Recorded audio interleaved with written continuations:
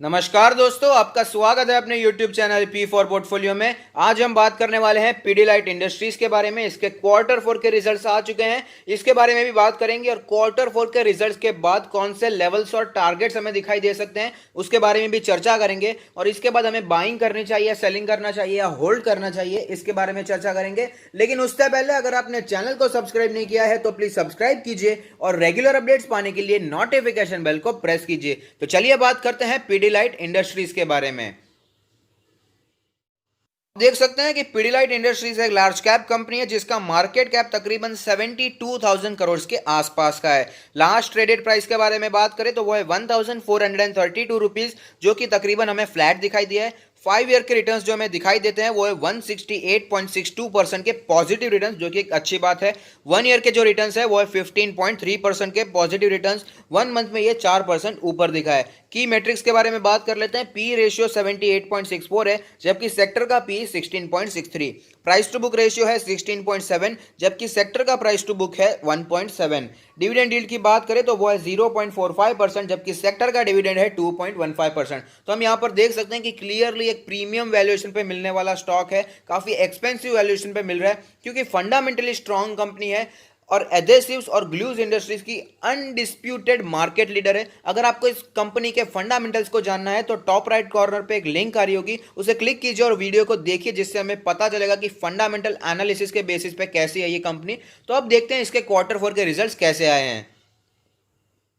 एक नजर डाल देते हैं पीडीलाइट इंडस्ट्रीज के कंसोलिडेटेड फाइनेंशियल रिजल्ट्स पर। ये जो सारे फिगर्स यहाँ पर दिए गए हैं वो रुपीज इन करोड़ में। तो चलिए देखते हैं टोटल इनकम कितनी आई है। तो आप देख सकते हैं इस क्वार्टर की जो टोटल इनकम निकल कर आती है वो है 1,558 करोड़, जो कि थी 1,966 करोड़ पिछले क्वार्टर में। अगर बात करें मार्च 2019 के क्वार्टर के बारे में तो 1,695 करोड़ की टोटल इनकम हमें देखने को मिली थी। तो ईयर ऑन ईयर बेसिस और क्वार्टर ऑन क्वार्टर बेसिस दोनों में यहाँ पर हमें गिरावट देखने को मिल रही है। अब बात करते हैं नेट प्रॉफिट के बारे में। कितना आया है नेट प्रॉफिट? तो 156 करोड़ का नेट प्रॉफिट यहाँ पर दिखाई देता है, जो कि था 346 करोड़ पिछले क्वार्टर में। तो हमें क्वार्टर ऑन क्वार्टर बेसिस पे 50% से भी ज्यादा का डिक्लाइन देखने को मिला है, जो कि एक गंभीर बात है। अगर बात करें ईयर ऑन ईयर बेसिस के बारे में तो हमें वहां पर भी गिरावट देखने को मिली है। 236 करोड़ का प्रॉफिट रिपोर्ट किया था, जो कि कम होकर 156 करोड़ हो गया है। तो ईयर ऑन ईयर बेसिस और क्वार्टर ऑन क्वार्टर बेसिस दोनों में हमें अच्छी खासी गिरावट दिखाई देती है। ये तो हो गई क्वार्टर के बाद। अब बात करते हैं पूरे फाइनेंशियल ईयर के बारे में, कैसी स्थिति रही है पूरे फाइनेंशियल ईयर की, उसके बारे में भी जान लेते हैं। तो पूरे फाइनेंशियल ईयर में जो टोटल इनकम निकल कर आई है वो है 7,433 करोड़, जो कि थी 7,224 करोड़ पिछले साल। तो यहाँ पर हमें बढ़त देखने को मिली है, जो कि एक पॉजिटिव बात है। अगर बात करें इसके नेट प्रॉफिट के बारे में तो जो नेट प्रॉफिट पूरे साल का निकल कर आता है वो है 1,122 करोड़, जो था 928 करोड़ पिछले साल। तो यहाँ पर हमें अच्छी खासी बढ़त देखने को मिली है नेट प्रॉफिट में, अगर हम कंपेयर करते हैं फाइनेंशियल ईयर्स को, जो कि एक अच्छी बात है, पॉजिटिव बात है। तो हमने क्वार्टरली रिजल्ट्स देख लिए हैं, थोड़े से डिसअपॉइंटिंग आए। तो इस रिजल्ट्स के बाद हमें कौन से लेवल्स और टारगेट्स हमें चार्ट्स पर दिखाई दे सकते हैं उसके बारे में भी बात कर लेते हैं। तो आप देख सकते हैं कि हम लोग चार्ट्स पर आ चुके हैं, जहां पर हमें पता चलता है कि मार्केट क्रैश से पहले ये 1700 के आसपास ट्रेड करता था, लेकिन उसके बाद अच्छी खासी गिरावट देखने को मिली। 1200 के आसपास सपोर्ट लेने के बाद फिर से रिकवरी देखने को मिली थी। 1600 के आसपास ये ऑलमोस्ट पहुंच चुका था, लेकिन फिर से इसने रेजिस्टेंस फेस किया और स्टॉक नीचे आ गया था।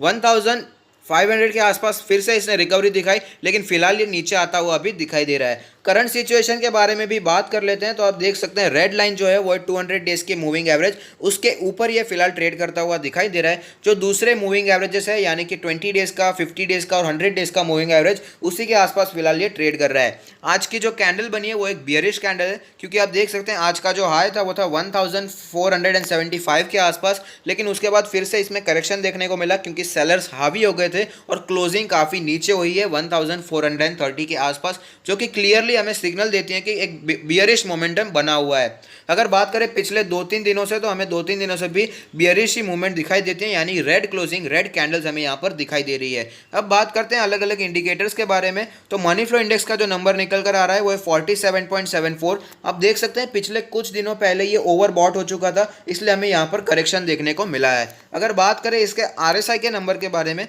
तो RSI का जो नंबर निकल कर आ रहा है वो है 47.9। आप देख सकते हैं RSI का नंबर काफ़ी समय से फ्लैट दिखाई दे रहा है, जो कि न्यूट्रल कंडीशन दर्शाता है। अगर बात करें इसके MACD के बारे में, तो MACD की सिचुएशन कुछ और दिखा रही है। MACD ने हमें बियरिश क्रॉसओवर दे दिया है, यानी कि ये गिरावट एक्सपेक्ट कर रहा है। आप देख सकते हैं जो हिस्टोग्राम बनते हुए आ रहे हैं वो धीरे धीरे बड़े होते जा रहे हैं, यानी कि गिरावट तीव्र से तीव्र होती जा रही है। अगर बात करें इसके बॉलिंजर बैंड के बारे में, तो बॉलिंजर बैंड का अपर बैंड कैलकुलेट होकर आता है 1524 रुपीज़ का, जो उसी के आसपास इसे रेजिस्टेंस फेस करना पड़ा और स्टॉक अपने मीडियन के आसपास आ चुका है। लोअर बैंड के बारे में बात करें तो वो है 1368 रुपीज़ का लेवल। अब मैं आपको पिवट पॉइंट्स भी दिखाना चाहूँगा। तो जो पिवट लेवल यहाँ पर बनकर आता है वो है 1439 का। आप देख सकते हैं पिछले 5 दिनों से ये पिवट लेवल के नीचे ही क्लोजिंग दे रहा है, जो कि एक रेजिस्टेंस दर्शाता है, यानी कि पिवट लेवल इसके लिए सबसे बड़ा रेजिस्टेंस हो सकता है अगर इसमें तेज़ी देखने को मिलती है। नीचे के सपोर्ट्स के बारे में बात करें तो एक 200 डेज का EMA भी इसके लिए अच्छा सपोर्ट हो सकता है, जो कि इसके पिवट पॉइंट्स के सपोर्ट के आसपास है। पिवट पॉइंट का जो सपोर्ट है वो है 1358 का। उससे भी नीचे जाए तो 1250 का भी सपोर्ट यहाँ पर दिखाई देता है। 48 है टू बी प्रिसाइज, लेकिन इसे हम कह सकते हैं कि 1250 का लेवल इसके लिए अच्छा सपोर्ट है। अगर बात करें रेजिस्टेंस के बारे में तो 1549 यानी कि 1550 का लेवल एज ए रेजिस्टेंस इसे फेस करना पड़ सकता है अगर इसमें तेजी देखने को मिलती है। अब मैं आपको ऑल टाइम चार्ट दिखाना चाहूंगा, जहां पर एक कैंडल 1 मंथ को रिप्रेजेंट करेगी, जिससे हमें पता चलेगा कि कैसी मूवमेंट यहां पर बनी हुई है।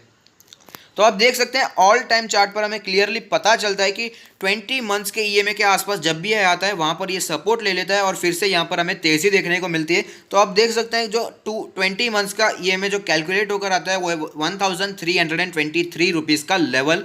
तो आप देख सकते हैं कभी भी ज़्यादा डीप करेक्शन हमें देखने को नहीं मिला है। फंडामेंटली स्ट्रॉन्ग कंपनी है, अच्छे खासे मल्टी बैगर रिटर्न इसने हमें बना कर दिए हैं।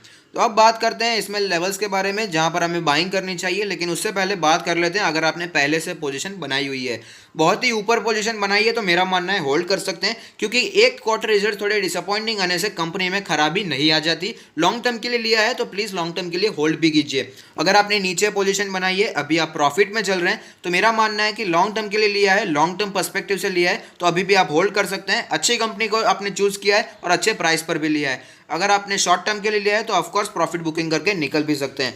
और अगर बात करें फ्रेश बाय के बारे में, तो मैं आपको एक लेवल दिखाना चाहूँगा। आप देख सकते हैं ये जो लेवल है 1350 के आसपास का लेवल, उसके आसपास सपोर्ट लेने के बाद हमें तेज़ी देखने को मिली थी, तो हम एक्सपेक्ट कर सकते हैं कि यहाँ पर ये सपोर्ट ले सकता है। और मेरा मानना है थोड़ी सी गिरावट हमें देखने को मिल सकती है, क्योंकि हमने देखा कि जो वैल्यूएशन था वो भी काफ़ी प्रीमियम वैल्यूएशन पर मिल रहा है स्टॉक, और जो हमें क्वार्टर रिजल्ट देखने को मिले थोड़े से डिसअपॉइंटिंग थे। प्रॉफिट में अच्छी खासी गिरावट देखने को मिल रही है, इसलिए हो सकता है इसमें भी आगे आने वाले दिनों में हमें गिरावट देखने को मिले। तो हमें घबराना नहीं है और अच्छे प्राइस पर बाइंग करनी है। तो इसी लेवल मैं आपको लेवल्स पे बताना चाहूँगा।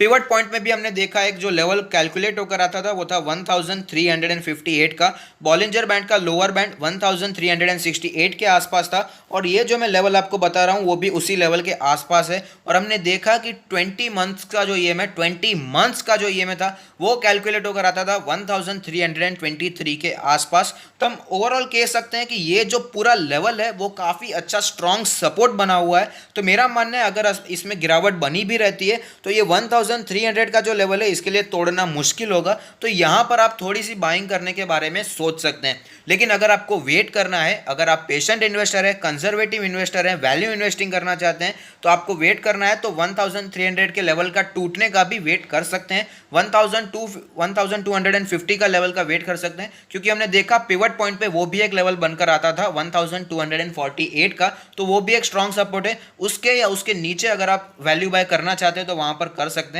लेकिन अगर आप एग्रेसिव इन्वेस्टर हैं, अभी ही इन्वेस्टिंग करना चाहते हैं, तो मैंने जो आपको 1300 के ऊपर के जितने भी लेवल्स दिखाए हैं वो इसके लिए अच्छे खासे स्ट्रॉन्ग सपोर्ट बने हुए हैं। तो वहां पर आप थोड़ी सी बाइंग करने के बारे में सोच सकते हैं, क्योंकि इसका फंडामेंटल एनालिसिस आप जरूर देखिए, वहां पर हमें पता चलेगा कि कितनी जोरदार कंपनी है, कितने जोरदार परफॉर्मेंस दिए हैं।